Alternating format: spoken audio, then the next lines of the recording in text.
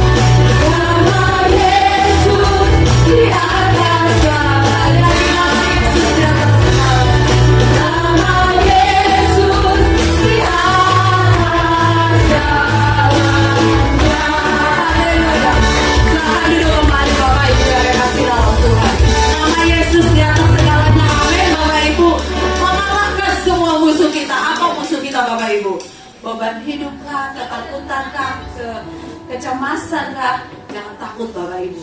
Di dalam nama Yesus semua dikalahkan, amin. Mari kita semuanya, kita terus memuji Tuhan, amin Bapak Ibu. Kita semua ini kenapa? Karena kita umat pilihan Allah Bapak Ibu. Gak perlu khawatir ya Bapak Ibu ya.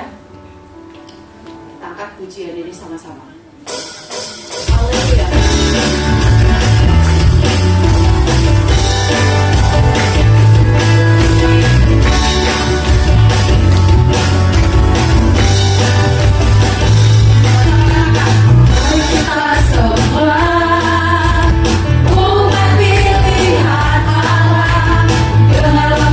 Firman-Nya untuk menggenapi firman-Nya.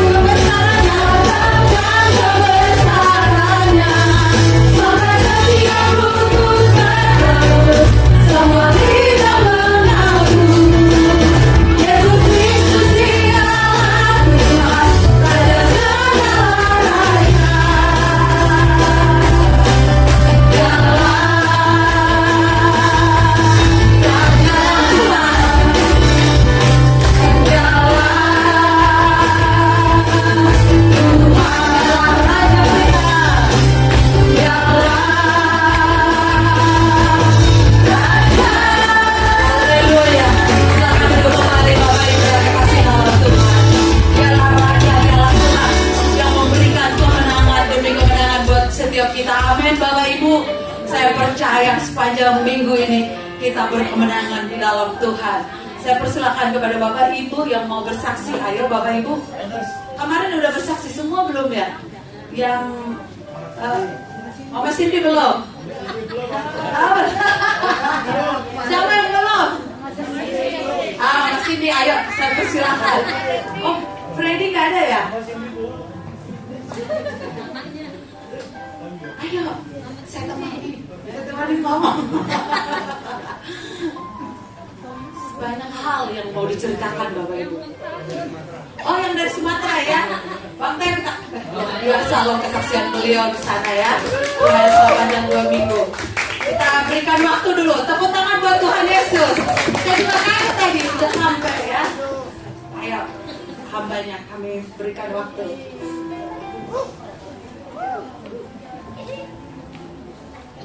Shalom.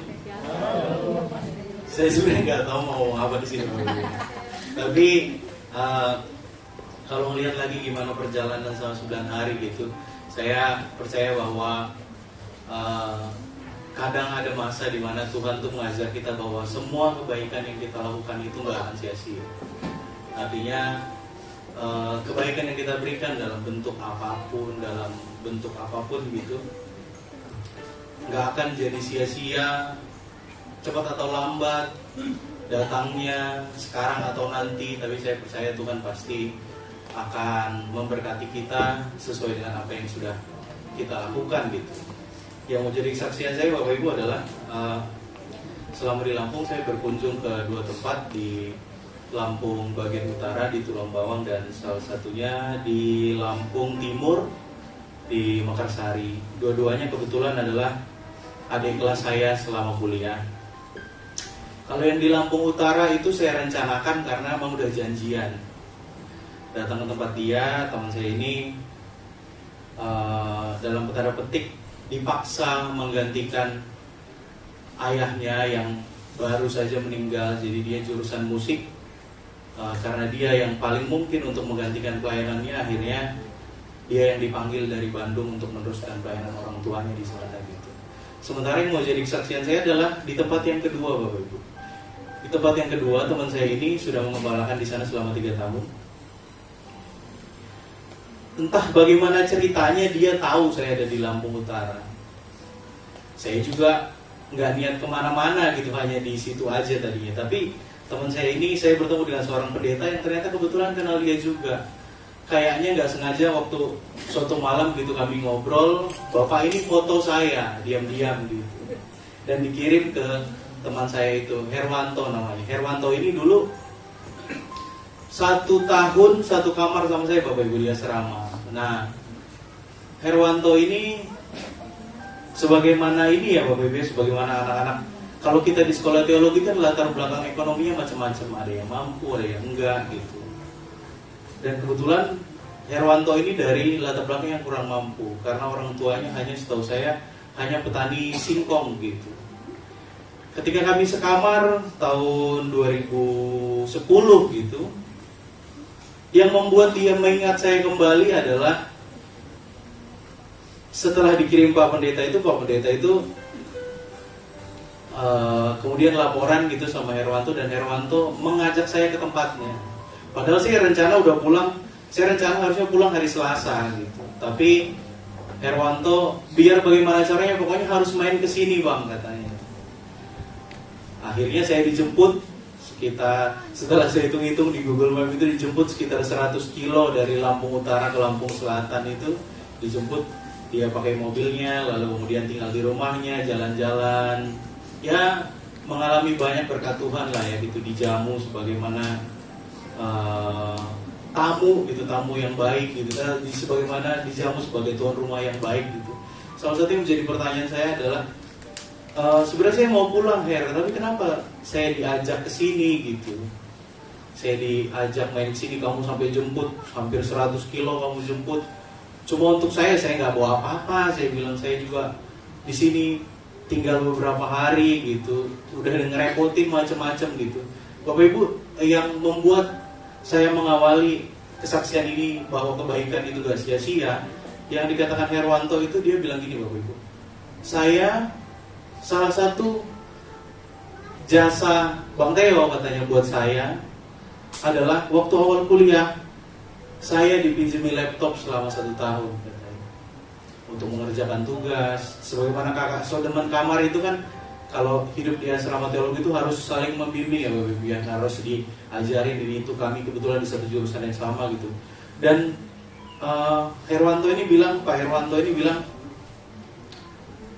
satu-satunya yang membuat saya pengen jemput, pengen untuk ketemu lagi, ngobrol gitu, main kesini adalah karena sekedar pinjam laptop itu loh Bapak Ibu.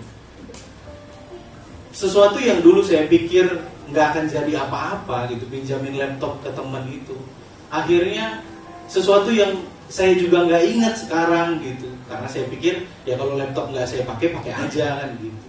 Tapi menjadi bermakna buat orang lain gitu, buat teman saya ini gitu. Pada akhirnya salah satu hal yang saya pelajari dari perjalanan dan pelayanan ke Lampung ini adalah bahwa kalau ada momen di mana kita harus berbuat baik Bapak Ibu Saudara, sambut, lakukan. Meskipun belum tentu kita yang terima, tapi percayalah penopangan Tuhan itu datang ke anak kita, ke cucu kita, ke saudara-saudara kita. Jadi pesan pagi hari ini melalui kesaksian saya pagi hari ini adalah bahwa kebaikan kita itu gak akan pernah sia-sia, bahwa kebaikan kita akan kembali pada kita, keturunan kita dan lain sebagainya dalam bentuk yang lain. Demikian saja yang bisa saya saksikan. Terima kasih, Tuhan Yesus memberkati. Luar biasa Bapak Ibu, hamba-hamba Tuhan tuh memang Tuhan selalu perhatikan Bapak Ibu. Di sini mungkin dia begitu luar biasa melayani kita ya Bapak Ibu ya, tapi kita kurang memperhatikan Theo, tapi Tuhan tidak pernah kurang memperhatikannya. Ada cara Tuhan yang ajaib Bapak Ibu, dikasih ke sana ya, boleh menikmati udara yang segar, dijamu. Kalau di desa itu hamba Tuhan tuh mereka sangat menghormati Bapak Ibu. Mereka pasti akan memberikan yang terbaik. Itu apa yang mereka bisa beri akan mereka berikan Bapak Ibu.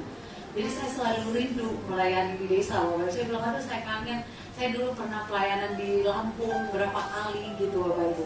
Nah, Bapak Ibu menyambung kesaksiannya sedikit ya Bapak Ibu. Saya mau kesaksian juga. Memang benar firman Tuhan katakan ya, apa yang kau tabur pasti kau menuai. Bapak Ibu ini karena dia bilang jangan jemu-jemu berbuat baik. Kita nggak tahu kapan untuk menuainya gitu ya Bapak Ibu ya. Jadi waktu tahun yang lalu, kalau nggak salah Desember ya Papi ya, Desember itu ada teman saya itu bilang gini, karena dia belanja dari Malaysia, jadi itu belanjanya itu tas-tas mahal Bapak Ibu, tas-tas bermerek semua. Ternyata begitu dia sampai ke bandara, itu dia udah kena pajak gitu, jadi ketahuan bahwa dia itu bawa barang-barang bermerek ini gitu kan. Akhirnya inilah dia oh ini nih barangmu sekian kamu harus bayar pajaknya. Jadi di waktu pertama itu dia disuruh bayar kurang lebih 25 juta gitu. Nah nggak tahu kenapa dia kepikiran untuk nelpon saya, padahal saya juga nggak kenal Bapak Ibu orang bea cukai gitu kan. Akhirnya saya ditelepon. Kenapa dia telepon? Karena mungkin dia pikir saya punya link karena saya suka barang datang dari luar negeri. Nah Bapak Ibu dia bilang, Kak bisa bantu aku nggak? Aku kayak gini-gini gitu, diceritain sama dia. Padahal aku modalnya cuma berapa, untungku cuma berapa dari sini. Kalau aku harus bayar 20 juta lebih, saya rugi total gitu. Akhirnya saya ingat, oh iya pengiriman barang saya itu dia pasti berhubungan dengan orang bea cukai. Padahal bea cukainya itu saya nggak kenal Bapak Ibu. Akhirnya saya hubungi, Salma, kejadiannya kayak gini, bisa bantu saya hubungkan dengan orangnya ini gitu. Itu sampai malam Bapak Ibu, dia telepon saya bolak-balik. Akhirnya saya bilang, biasanya kasih berapa ya sama bea cukai biar dia bisa lolos. Katanya, oh itu ini aja dulu, diklaim aja dulu berapa yang ini bisa nego nggak gitu. Akhirnya dia nego Bapak Ibu, itu udah nego nggak bisa bawa barang pulang, itu pokoknya 12 juta gitu. Akhirnya saya bilang, terus gimana? Katanya kalau sama bea cukai nanti ngomong itu paling kamu kurang berapa juta. Kamu mau nggak? Terus dia bilang, ya udahlah nggak apa-apa, aku percaya aja sama bea cukainya Eda gitu saya ngomongnya.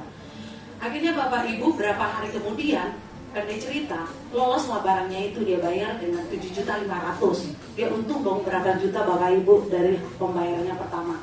Bapak Ibu, ketika barangnya belum dikembalikan, saya ditelepon tiap hari, seolah-olah saya itu kenal sama bea cukai.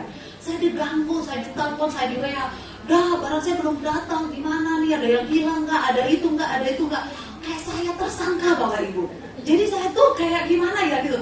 Padahal saya sudah bilang, saya tidak kenal orangnya loh, kamu mau nggak? Ini saya hubungkan ya, nomor WA-nya saya kasih sama orang ini saya kasih nomor WA-nya ke dia, tolong dihubungi. Ini nggak ada hubungan sama saya, tapi saya dihubungi terus Bapak Ibu, terus dihubungi. Begitu barangnya udah sampai Bapak Ibu, tidak ada pemberitahuan sedikit pun.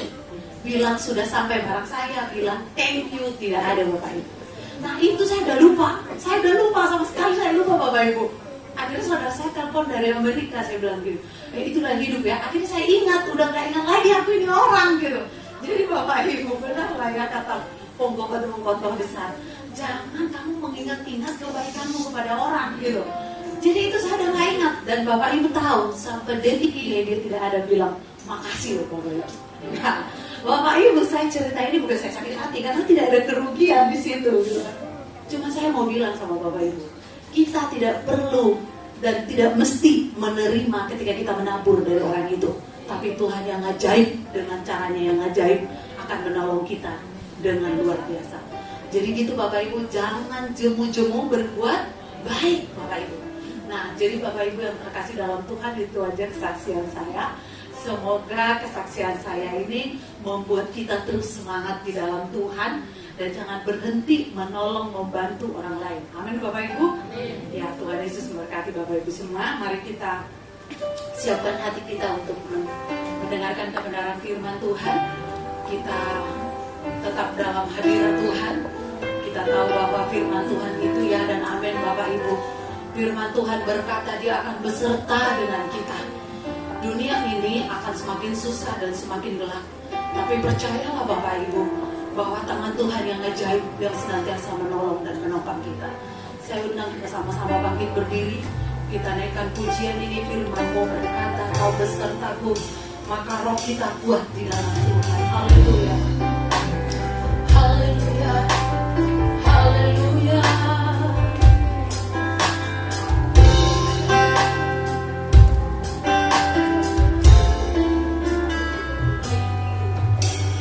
Firman-Mu berkata Kau besertaku, maka kuat roh dan jiwa, kuat roh dan jiwaku.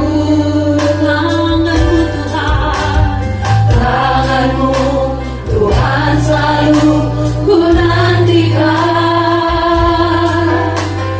Di setiap langkahku percaya. Lebih lagi firman-Mu ya Tuhan, firman-Mu berkata Kau besertaku, maka kuat roh dan jiwaku. Tangan-Mu Tuhan, tangan-Mu Tuhan selalu ku nantikan. Di setiap langkahku percaya, dengan sayapku ku akan terbang tinggi di tengah badai hidup. Ku tak menyerah, Kau kekuatan dan perlindungan bagiku. Pertolonganku di tempat yang maha tinggi, tempat maha tinggi. Ku mengangkat tanganku, aku berserah. Aku nantikan Kau yang ku sembah, Yesusku, Rajaku. Baik Bapak Ibu, inilah yang menjadi ungkapan doa kita. Biarlah tangan Tuhan yang ajaib senantiasa menopang kita. Firman-Mu berkata Kau besertaku, maka kuat roh dan jiwaku ya. Maka kuat roh dan jiwaku. Tangan-Mu Tuhan selalu ku nantikan. Di setiap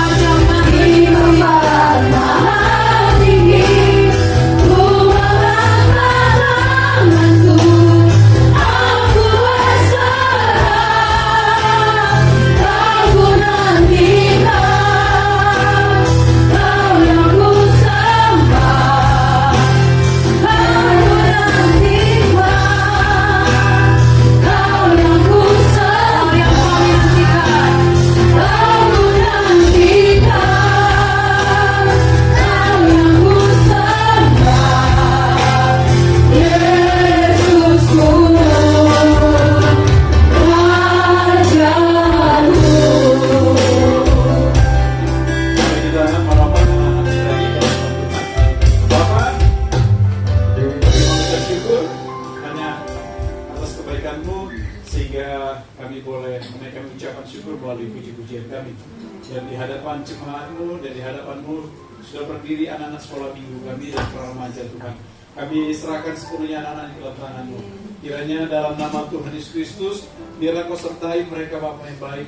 Mulai hari ini sampai selama-lamanya, penyertaan-Mu senantiasa ada dalam diri anak-anak ini Tuhan. Sehingga apa yang menjadi rencana-Mu dan rancangan-Mu dalam diri anak-anak ini boleh terlaksana hanya karena kehendak Tuhan. Kami patahkan segala kuasa kejahatan, kuasa iblis yang mencoba merusak hidup anak-anak ini, yang mencoba merusak masa depan anak-anak ini. Kami patahkan kuasanya dalam nama Tuhan Yesus Kristus.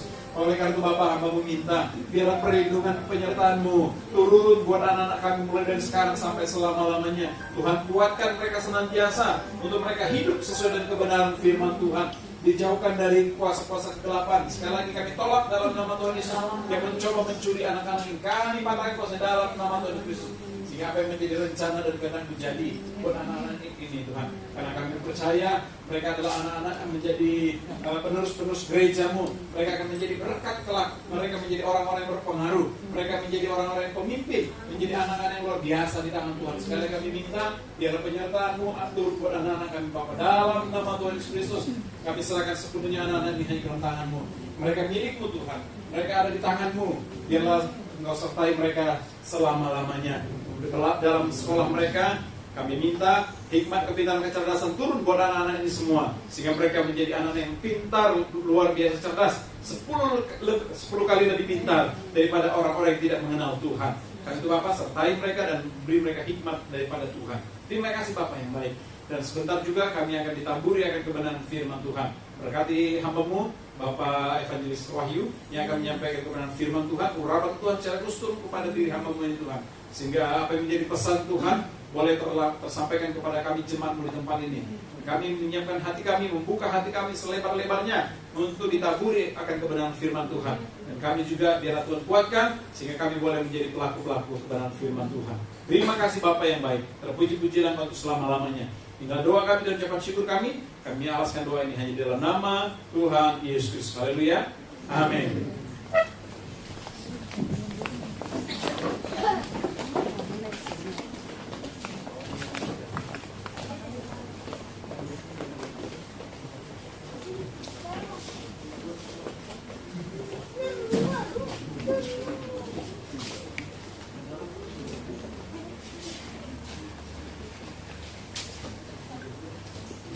Shalom. Puji nama Tuhan. Kalau pada hari ini saya diberikan kesempatan untuk kita belajar bersama-sama akan firman Tuhan. Saya ucapkan terima kasih kepada pengurus gereja di tempat ini yang telah mempercayakan saya untuk membagikan firman Tuhan. Bapak Ibu yang terkasih di dalam Yesus Kristus, kita akan belajar bersama-sama akan firman Tuhan yang dimana sudah saya persiapkan di dalam Efesus 6. Efesus 6 ayat yang ke-10 sampai yang ke-20. Efesus 6. Kita ketemu semua Bapak Ibu. Ya, kita akan baca secara bergantian. Saya ayat yang ke-10, nanti Bapak Ibu Saudara ayat yang ke-11 sampai yang terakhir. Efesus 6 ayat yang ke-10 sampai yang ke-20, perlengkapan rohani. Akhirnya hendaklah kamu kuat di dalam Tuhan, di dalam kekuatan kuasa-Nya. Gunakanlah seluruh perlengkapan senjata Allah supaya kamu dapat bertahan melawan tipu muslihat iblis. Karena perjuangan kita bukanlah melawan darah dan daging, tetapi melawan pemerintah-pemerintah, melawan penguasa-penguasa, melawan penghulu-penghulu dunia yang gelap ini, melawan roh-roh jahat di udara. Sebab itu ambillah seluruh perlengkapan senjata Allah supaya kamu dapat mengadakan perlawanan pada hari yang jahat itu dan tetap berdiri sesudah kamu menyelesaikan segala sesuatu. Jadi berdirilah tegak, berikat pinggangkan kebenaran dan berbaju sirahkan keadilan. Kakimu berkasutkan kerelaan untuk memberitakan Injil damai sejahtera. Dalam segala hal keadaan pergunakanlah perisai iman, sebab dengan perisai itu kamu akan dapat memadamkan semua panah api dari si jahat. Dan terimalah topeng keselamatan dan roh, yaitu firman Allah. Dalam segala doa dan permohonan, berdoalah setiap waktu di dalam roh dan berjaga-jagalah di dalam doamu itu dengan permohonan yang tak putus-putusnya untuk segala orang kudus. Bantu aku supaya kepadamu, jika aku membuka mulutku, dikaruniakan perkataan yang benar, agar dengan keberanian aku memberitakan rahasia Injil. Yang kulayani sebagai utusan yang dipenjarakan, berdoalah supaya dengan keberanian aku menyatakannya, sebagaimana seharusnya aku berbicara. Amin. Dikatakan bagi kita semua, berbahagialah bagi kita yang membaca, merenungkan, dan bahkan terlebih melakukan dalam kehidupan kita hari lepas hari. Bapak Ibu yang terkasih di dalam nama Yesus Kristus, di dalam pembacaan kebenaran firman Tuhan pada pagi hari ini, saya memberikan tema di dalam pembacaan firman ini adalah hidup kita adalah hidup yang berperang, atau hidup ini adalah peperangan. Bapak Ibu yang terkasih di dalam nama Yesus Kristus, kenapa saya katakan hidup ini adalah peperangan? Kita bisa melihat Bapak Ibu, kita sama-sama buka di dalam Kejadian. Coba kita lihat Kejadian.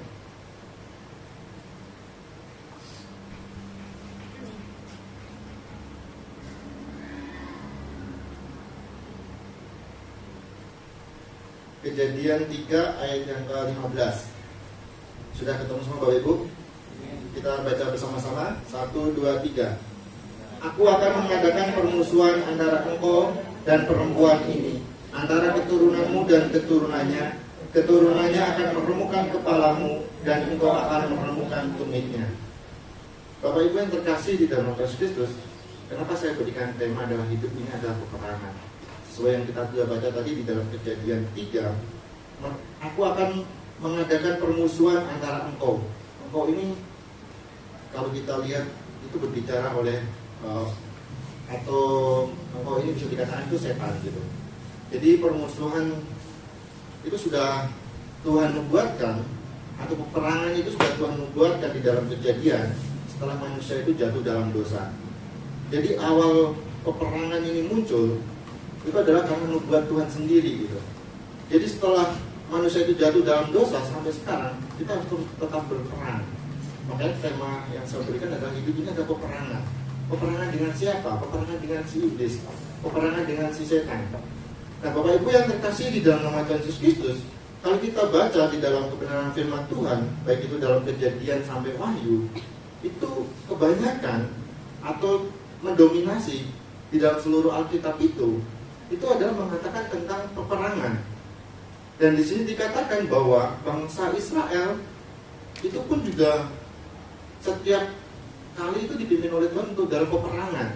Dan bukan hanya bangsa Israel saja dalam melawan musuh-musuhnya, berperang melawan musuh-musuhnya, tetapi nabi-nabi Tuhan dan rasul-rasul Tuhan yang diurapi Tuhan, mereka juga melakukan peperangan pada zamannya. Dan bukan hanya nabi-nabi ataupun bangsa Israel saja, tetapi Yesus Kristus sendiri sebagai kepala gereja kita, dia juga memimpin seluruh gerejanya untuk pertempuran atau berperang juga di tengah-tengah dunia ini. Nah Bapak Ibu yang terkasih di dalam nama Yesus Kristus, jadi perang sebenarnya itu sudah ada sejak dulu kala, atau sejak nubuat Tuhan ini dinubuatkan.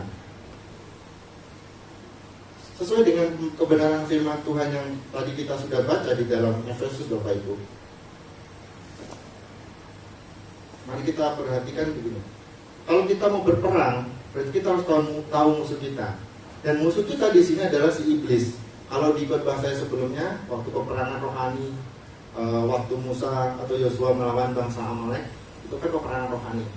Nah, kalau di sini tercatat Bapak Ibu, di dalam Perjanjian Lama, peperangan yang terjadi adalah sifatnya fisik. Dan kalau di Perjanjian Baru, peperangan yang terjadi adalah sifatnya itu rohani. Nah, tetapi saya tidak membahas detail-detail. Kita sudah tahu di sini di dalam kebenaran firman Tuhan ini perlengkapan rohani.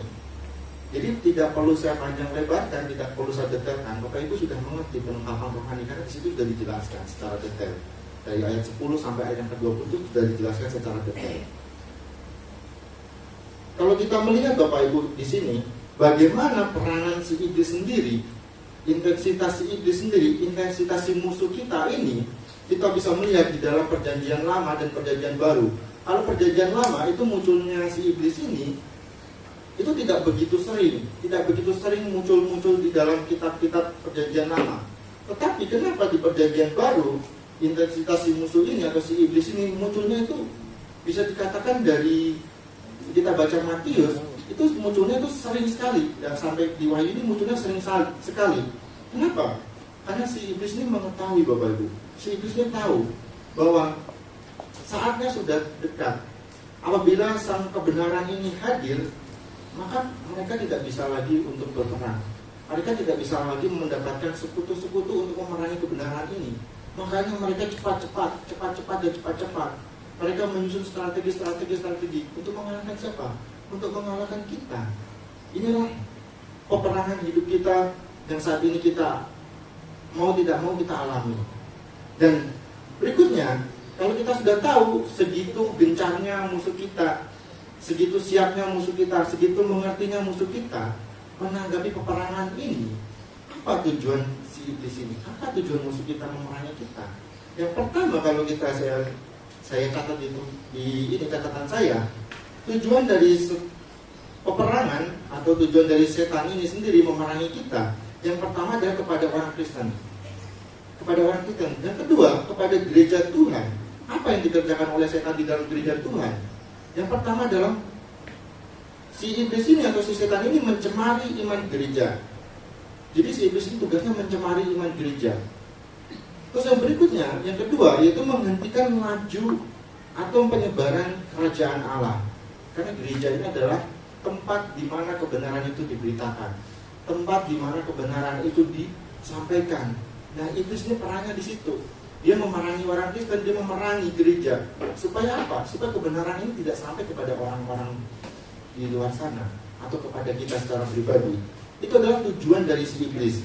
Kalau kita sudah mengerti peperangan di dalam kehidupan kita ini tidak bisa kita tinggalkan, begitu mereka sudah menyusun strategi-strategi yang luar biasa, tujuannya, dan kita sudah mengetahui bagaimana peperangan itu terjadi. Bapak Ibu yang terkasih di dalam nama Tuhan Yesus Kristus, kalau kita melihat peperangan yang terjadi di dalam Efesus ini, kalau dari bahasa aslinya itu si Rasul Paulus ini menuliskan bahwa di sini adalah peperangan di dalam bahasa aslinya itu adalah benar-benar bergulat. Jadi peperangan yang terjadi di dalam pembacaan firman Tuhan yang kita sudah baca tadi, ada peperangan yang benar-benar bergulat. Maksudnya begini Bapak Ibu, kalau peperangan yang benar-benar bergulat di sini diartikan oleh Rasul Paulus sampai diartikan seperti pergulatan, berarti peperangan itu adalah peperangan yang tidak biasa. Peperangan yang terjadi itu adalah peperangan yang sangat sengit. Kenapa saya katakan sangat sengit? Yang pertama Bapak Ibu, kalau kita mengerti tentang gulat, pergulatan itu adalah pertarungan satu lawan satu. Pertarungan lawan satu sama satu gitu.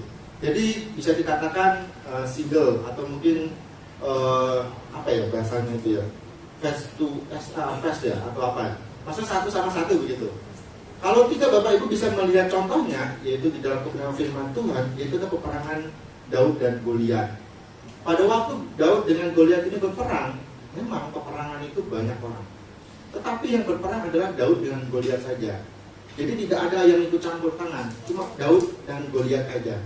Nah, di sini Paulus juga mengartikan bahwa peperangan di dalam kebenaran firman Tuhan ini diartikan sampai seperti itu. Berarti peperangan itu sangat sengitnya, sangat luar biasanya. Bapak Ibu yang terkasih di dalam nama Tuhan Yesus Kristus, kalau kita bisa melihat pertarungan satu sama satu atau pertarungan tunggal, adalah satu orang dari tim ini akan masuk ke arena melawan satu dari tim lain. Jadi pertarungan satu lawan satu adalah pertarungan yang dimana tim yang satu memasukkan timnya untuk melawan tim yang lain. Kalau kita bisa melihat tinju kayak gitu kan, itu pertarungan satu lawan satu. Nah Bapak Ibu yang terkasih di dalam nama Tuhan Kristus, dan pertarungan gulat adalah pertarungan yang menggunakan segala teknik atau seluruh kekuatan yang dimiliki hanya untuk satu hal, yaitu menjatuhkan musuhnya. Menjatuhkan musuhnya. Pertarungan gulat ini lebih ganas daripada peperangan yang besar. Jadi pertarungan gulat ini adalah pertarungan yang sangat ganas dibanding pertarungan yang besar.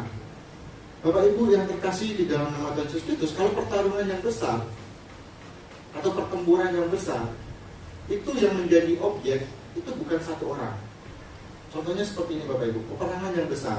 Kalau kita melihat di film-film kerajaan atau film-film pertempuran begitu, itu yang diincar itu bukan satu objek saja, bukan satu orang saja. Kalau itu pertarungan massal atau pertarungan besar, karena yang dilihat itu apa? Semua orang yang ada di depan dia itu musuh dia. Jadi dia tidak bisa menandai itu satu orang itu aja yang aku bunuh, satu orang aja yang saya matikan, tidak. Tetapi semua orang yang ada di depannya itu musuhnya. Begitu juga lawannya, semua orang yang ada dilihatnya itu adalah musuhnya. Jadi tidak ada objek tertentu yang harus dia serang. Nah, beda halnya dengan pergulatan. Pergulatan itu adalah satu objeknya adalah orang itu. Orang yang ada di depannya dia, inilah objeknya dia. Tidak ada orang lain.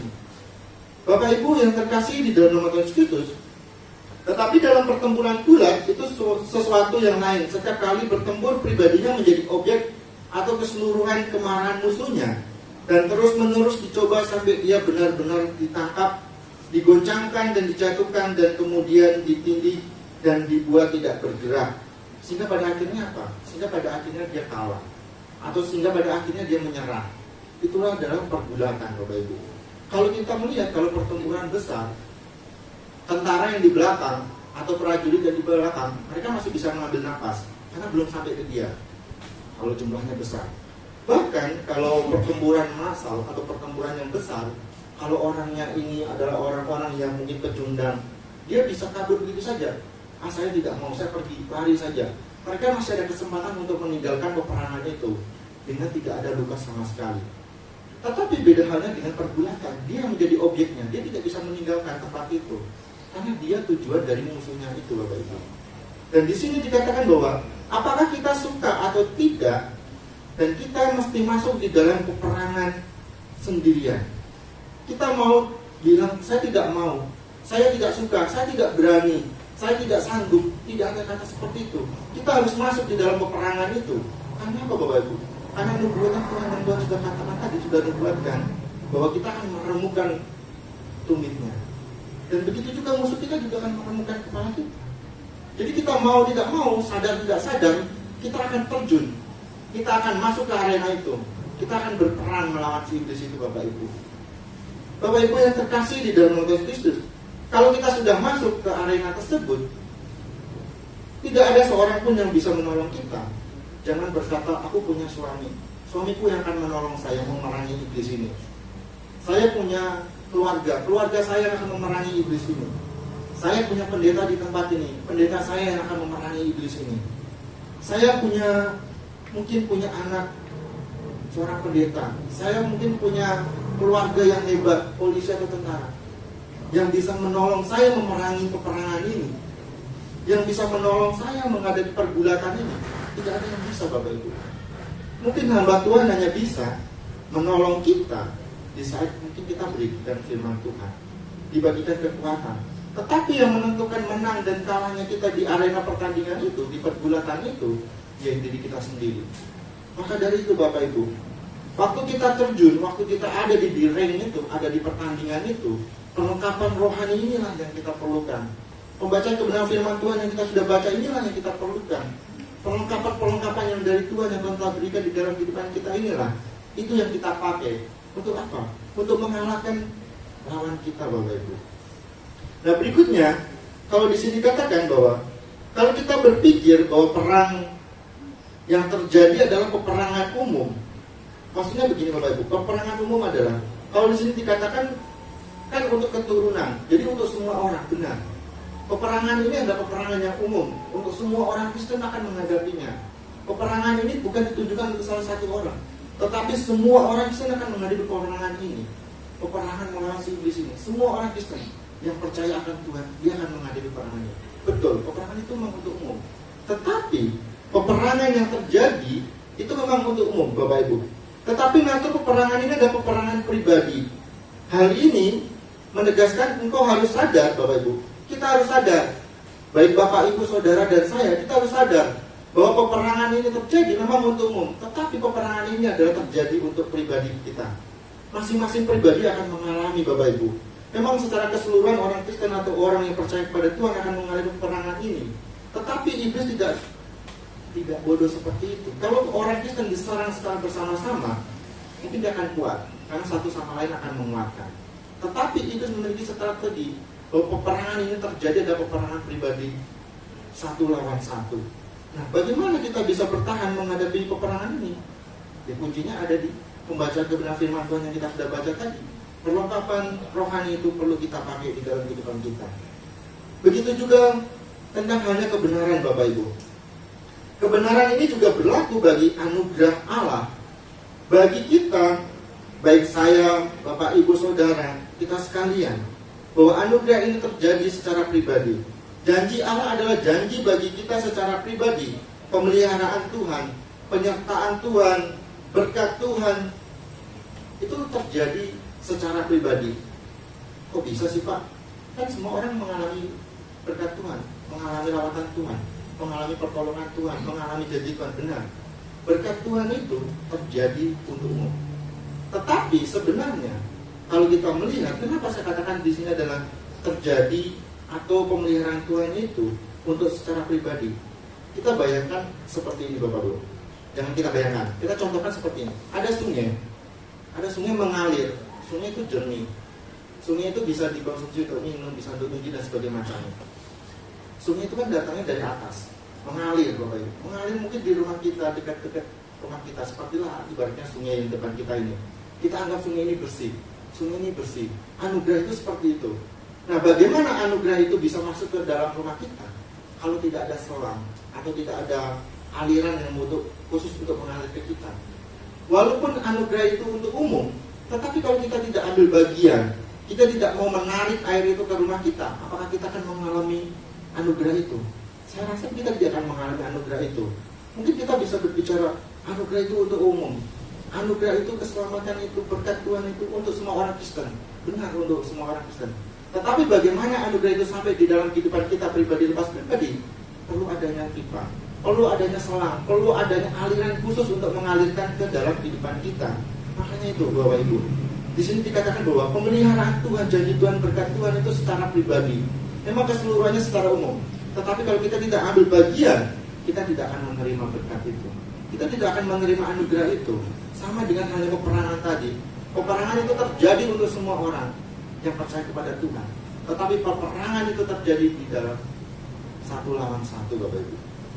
Nah, berikutnya, yang kedua, di dalam pergulatan tadi, kalau kita bisa melihat sengitnya pergulatan, dan di sini dikatakan bahwa gulat atau pertarungan itu adalah satu lawan satu. Yang kedua adalah gulat itu adalah pertarungan jarak dekat. Di dalam pertempuran massa, pasukan itu ada jaraknya, sehingga engkau bisa mengambil panah, mengambil pedang, mempersiapkan tombak, karena jaraknya jauh. Jadi dia sambil lari, dia bisa mengambil panahnya, dia bisa mempersiapkan pedangnya, dia bisa mempersiapkan kampaknya, dia bisa mempersiapkan segala alat-alat yang diperlukan untuk melawan musuhnya. Tetapi beda halnya dengan gulat. Gulat ini adalah pertempuran dengan jarak yang sangat dekat. Dan di sini musuh kita itu tangannya akan memegang, merangkul tangan kita dan tubuhnya, dan satu dengan yang lain saling merangkul. Itulah sebabnya ketika musuh itu berhasil memegang kita, maka kita hanya bisa menahan sepenuhnya dengan kekuatan kita atau dijatuhkan dengan malu di bawah kakinya. Tidak ada alat yang bisa membantu kita. Ini benar-benar tergantung pada kekuatan dan strategi kita dalam menghadapinya. Jadi tidak ada pertolongan dari luar sana kalau kita tidak memiliki strategi, kalau kita tidak memiliki kemampuan. Strateginya apa? Kemampuannya apa? Ya kita kembali lagi ke dalam pembacaan firman Tuhan. Perlengkapan rohani inilah yang kita perlukan untuk melawan.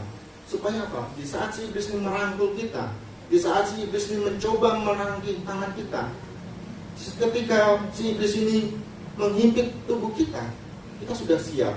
Kita sudah memiliki perisai, kita sudah memiliki perlengkapan rohani yang Tuhan berikan di dalam kehidupan kita. Bapak Ibu yang terkasih di dalam nama Tuhan Yesus Kristus, ini adalah pertempuran satu lawan satu. Dan di dalam pertempuran seperti ini, setan akan dengan cepat bergerak gesit mendekati kita.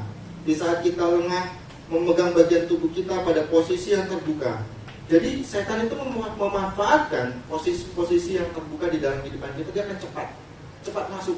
Karena dia tahu di tempat inilah kita akan lemah. Dan kalau kita sudah dimasuk, setan itu sudah berhasil masuk, maka kemungkinan kita untuk kalah banyak Bapak Ibu. Kemungkinan besar kita kalah itu banyak. Berikutnya, kalau kita sudah mengetahui bagaimana gesiknya si setan, bagaimana sangat berambisinya setan, bagaimana setan ini mengetahui bahwa waktunya itu sudah singkat, waktunya ini sudah hampir habis. Kalau sang kebenaran ini datang hadir kedua kalinya, maka setan ini tidak ada kesempatan lagi untuk memerangi kita, untuk mendapatkan kita. Dia tidak mendapat kesempatan lagi. Makanya dia cepat, dia susun strategi. Dan kalau setan sudah tahu strategi peperangan itu sengit seperti yang saya katakan tadi. Yang ketiga, sejauh mana Pak? Selama apa peperangan itu terjadi? Bapak Ibu yang terkasih di dalam nama Tuhan Yesus Kristus, kalau dibilang tadi di dalam Kejadian bahwa di situ dikatakan bahwa keturunan kita dan keturunannya si iblis ini akan berperang. Kalau saya melihat begini Bapak Ibu, saya mengartikan lama pertempuran yang akan kita hadapi adalah pertempuran sama halnya dengan hidup kita. Jadi lamanya pertempuran yang kita hadapi bukan sebentar saja. Saya hari ini mengalami pergumulan, saya mengalami pertempuran. Saya hari ini mengalami pergulakan dengan si iblis. Mungkin dari berbagai macam masalah kita. Tetapi bukan hanya waktu sehari saja, bukan waktu seminggu saja, bukan waktu sebulan saja atau setahun saja. Tetapi peperangan yang terjadi adalah peperangan seumur hidup kita. Jadi waktunya tidak sebentar Bapak Ibu. Nah, bagaimana kalau peperangan itu terjadi di dalam kehidupan kita seumur hidup kita? Lamanya seperti itu Pak. Apakah kita bisa bertahan? Kita bertahan atau tidak bertahan tergantung dari pribadi kita. Kalau kita mau menggunakan perlengkapan yang Tuhan sudah sediakan, perlengkapan rohani yang sudah Tuhan sediakan, saya yakin percaya kita akan bertahan Bapak Ibu. Di sini dikatakan bahwa lamanya pertempuran ini, pertempuran seseorang dengan setan adalah sama dengan lamanya orang tersebut hidup. Dan untuk sementara bumi ini dimiliki dan dikuasai oleh setan, sehingga dimanapun saja di dalam keadaan konteks hidup apapun saja, baik itu kaya, miskin, baik itu mungkin pejabat, baik itu mungkin tidak pejabat, baik itu pembisnis dan sebagainya macamnya, baik itu orang sehat, baik itu orang sakit, perang akan dihadapi. Jadi tidak ada perbedaan. Kamu orang kaya, kamu orang kaya, kamu orang itu menjadi pejabat, tidak mengalami peperangan rohani itu, tidak mengalami peperangan dengan si iblis itu, tidak. Semua kita mengalami. Tidak ada perbedaan. Baik itu dia mungkin presiden, dia itu wakil presiden, baik itu petani, baik itu orang sakit maupun orang tidak sakit, dia tetap akan mengalami peperangan ini.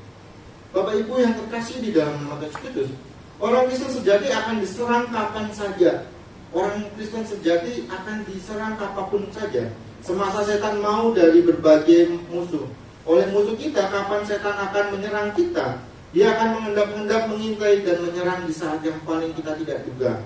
Setan tahu kapan paling tepat, yang paling mungkin berhasil membuat kita terjatuh. Setan tahu kapan serangannya yang paling akan membawa kemenangan besar bagi kita. Jadi lamanya pertempuran itu, lamanya peperangan yang kita akan hadapi, kalau kita tidak waspada, kita tidak berjaga-jaga, setan akan mengendap-endap Bapak Ibu. Dia akan terus mengawasi kita. Di saat yang tepat dia akan masuk. Bapak Ibu yang terkasih di dalam nama Tuhan Yesus Kristus, setan akan memburu seseorang yang baru bertobat. Karena lamanya pertempuran ini, lamanya hidup kita ini, setan akan memburu. Pertama itu adalah orang-orang yang baru bertobat. Orang yang baru-baru bertobat ini akan menjadi sasaran empuk bagi setan. Kenapa Bapak Ibu? Karena setan tidak mau orang yang baru bertobat ini berhasil mengalami pertobatannya.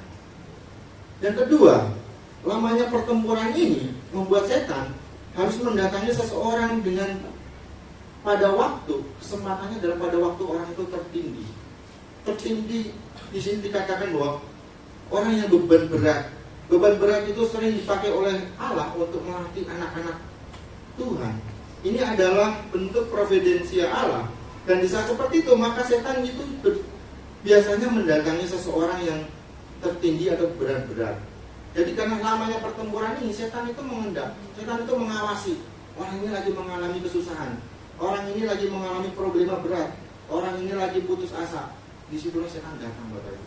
Dia memanfaatkan waktu itu, dia mencoba memanfaatkan sarana yang sudah ada itu.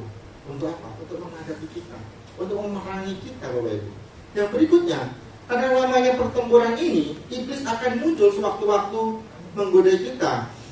Dia mendapati kita masih memelihara manusia lama kita, Banyak orang Kristen berpikir kalau dia berubah di tempat atau pindah ke tempat lain atau pindah konteksnya, maka dirinya akan lebih baik. Ini adalah sesuatu pikiran yang benar-benar salah. Apakah kita berpikir bisa lari dari setan? Kita tidak bisa lari Bapak Ibu dari setan. Kenapa? Karena itu harus kita hadapi. Mau tidak mau, siap tidak siap, bisa tidak bisa, berani tidak berani, kita akan hadapi. Kita tidak bisa lari dari setan Bapak Ibu. Kita tidak bisa lari karena itu kerjaan setan. Setan terus mengawasi kita terus. Kita tidak bisa lari, aku pindah tempat, setan itu tidak mengejar saya, tidak. Dia tetap ada terus, tetap ada terus. Dia mencari kesempatan yang baik di mana kita bisa ini Bapak, bisa dikalahkan. Bapak Ibu yang terkasih di dalam nama Tuhan Yesus Kristus, kita bisa melihat contoh pada waktu Lot ada di Sodom dan Gomora, dia dipaksa untuk keluar dari Sodom dan Gomora, meninggalkan Sodom dan Gomora. Karena dilihat di Sodom Gomora ini tidak benar. Tuhan mau binasakan, Tuhan mau menghancurkan, Tuhan mau membakar habis Sodom dan Gomora. Makanya si Lot ini dipaksa untuk keluar dari Sodom dan Gomora. Tetapi apa? Pada waktu Lot ini keluar dari Sodom dan Gomora, apakah permasalahannya selesai? Apakah dia tidak dikejar-kejar setan lagi? Saya sudah keluar, saya sudah tidak ada di tengah-tengah bangsa, tidak ada di tengah-tengah daerah yang tidak mengenal Tuhan. Kalau saya keluar, saya akan bebas. Saya tidak akan dikejar-kejar lagi, saya tidak akan diikuti lagi, saya tidak terlibat lagi. Apakah seperti itu? Ternyata pada waktu si Lot pindah, dan di sini dikatakan bahwa ketika Lot ada di Soar, anak perempuan Lot ini membawa api Sodom Bapak Ibu. Anak perempuan si Lot ini membawa api Sodom ke tempat tidurnya si Lot ini pada waktu dia ada di Soar. Jadi dosa atau setan ini mencobai kita bukan hanya pada waktu kita meninggalkan tempat yang kita anggap itu tidak berkenan di mata Tuhan, terus kita bebas. Saya sudah tidak ada di tengah-tengah orang yang berdosa, terus saya bebas dari dosa itu, tidak. Tetapi dosa itu tetap mengawasi kita, setan tetap mengawasi kita. Jangan sampai dosa di tempat yang kita berada itu nanti kita akan diserang di tempat yang baru. Seperti halnya Lot ini, anaknya membawa api dari Sodom itu kepada Lot. Bapak Ibu yang terkasih di dalam nama Tuhan Yesus Kristus, problemnya adalah seperti ini Bapak Ibu. Kalau kita berpikir kita sudah meninggalkan tempat itu dan kita terbebas dari tempat itu, kita meninggalkan gereja ini, kita terbebas dari gereja ini, kita meninggalkan orang yang bermasalah dengan kita terbebas dari masalah orang itu, kita meninggalkan orang yang mungkin tidak senang dengan kehidupan kita. Bahkan waktu kita ada di tempat itu mungkin kita membawa pengaruh-pengaruh yang kurang baik, dan terus kita pindah, terus kita bisa bebas, kita bisa berhasil, kita bisa lebih baik. Tidak Bapak Ibu. Yang perlu kita koreksi adalah, problemnya adalah bukan di daerah, bukan darah daging itu, bukan orang itu yang engkau hadapi. Sebenarnya yang mengecoh kita bukan orang itu, tetapi dosa yang kita harus matikan. Kalau tadi saya katakan di sini adalah dosa atau manusia lama kita harus berbalik, kita harus meninggalkan jalan yang lama. Benar, kita harus meninggalkan jalan yang lama itu. Tapi bukan hanya sekedar kita meninggalkan, tetapi kita harus mematikan, benar-benar kita matikan. Makanya waktu kita bergulat, orang bergulat itu di saat musuhnya kalah, di saat musuhnya itu jatuh, dia tidak hanya lihat saja. Pada waktu dia jatuh, dia tidak merasa senang. Oh, ini udah jatuh, udah kalah, tidak. Tetapi pada waktu dia jatuh, dia akan tidur lagi. Supaya apa? Supaya benar-benar kalah.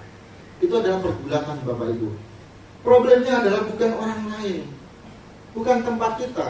Problemnya yang menjadi problem di dalam kehidupan kita adalah diri kita sendiri. Bagaimana kita bisa mematikan dosa lama kita, dosa yang terus menghantui setiap kehidupan kita. Itu yang perlu kita matikan Bapak Ibu, bukan orang lain. Kalau orang lain mungkin bermasalah dengan kita, terus orang itu meninggal, apakah masalah itu selesai? Tidak. Karena apa? Karena di dalam diri kita masih belum beres Bapak Ibu. Bukan orang lain yang meninggalkan kita terus masalah itu selesai, tidak. Tetapi dosa yang ada di dalam kehidupan kita inilah yang harus kita matikan Bapak Ibu. Berikutnya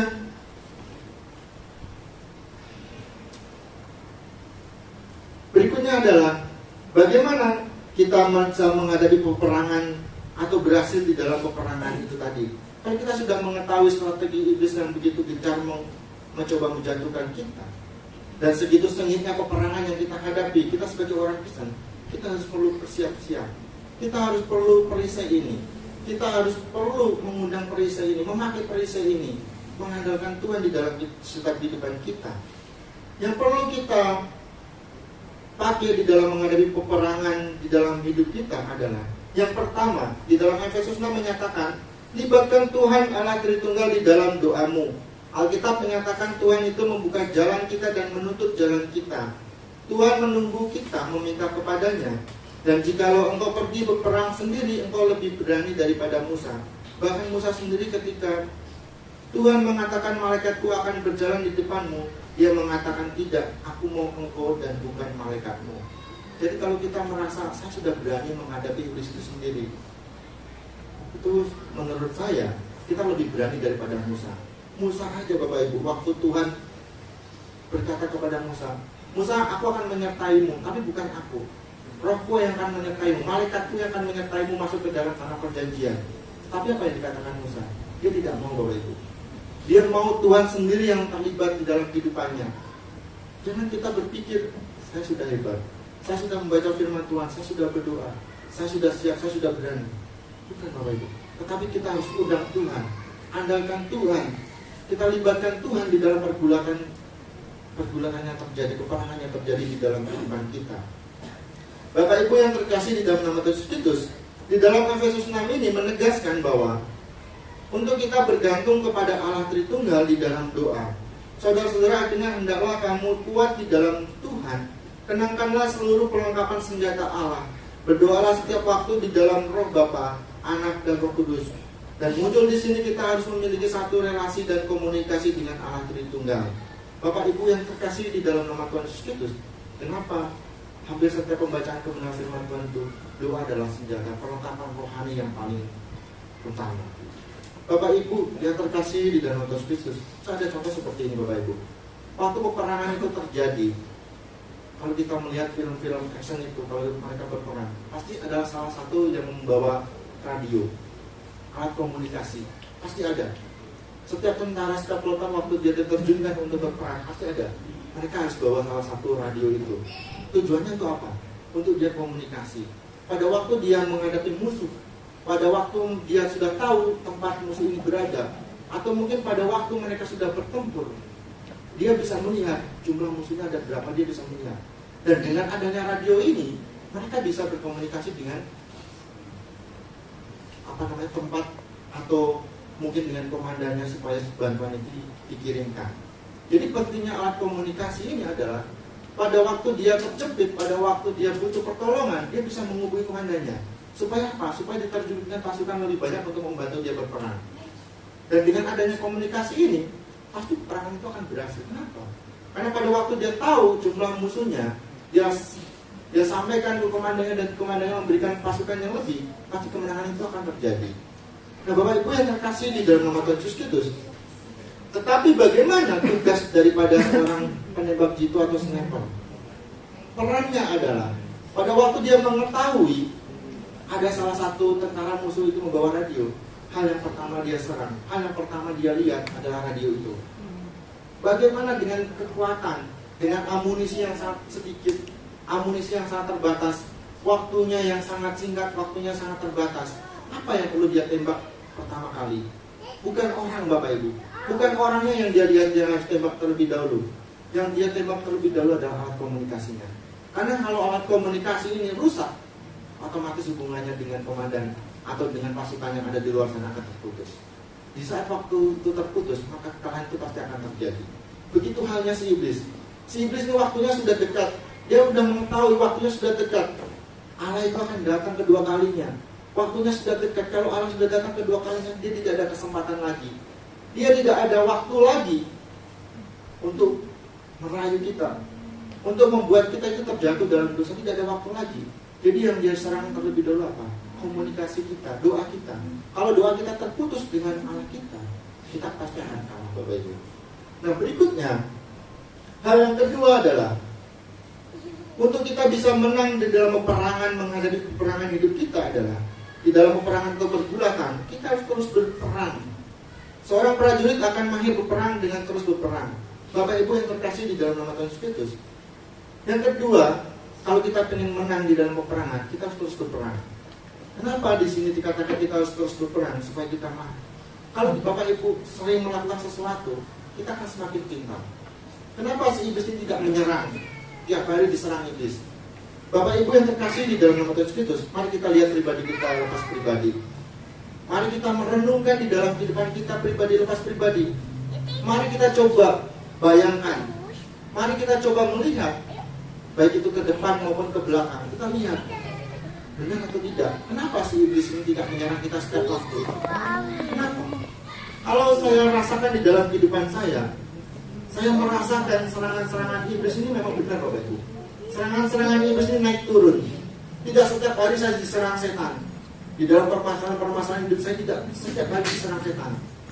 Ada kalanya setan itu berhenti menyerang saya.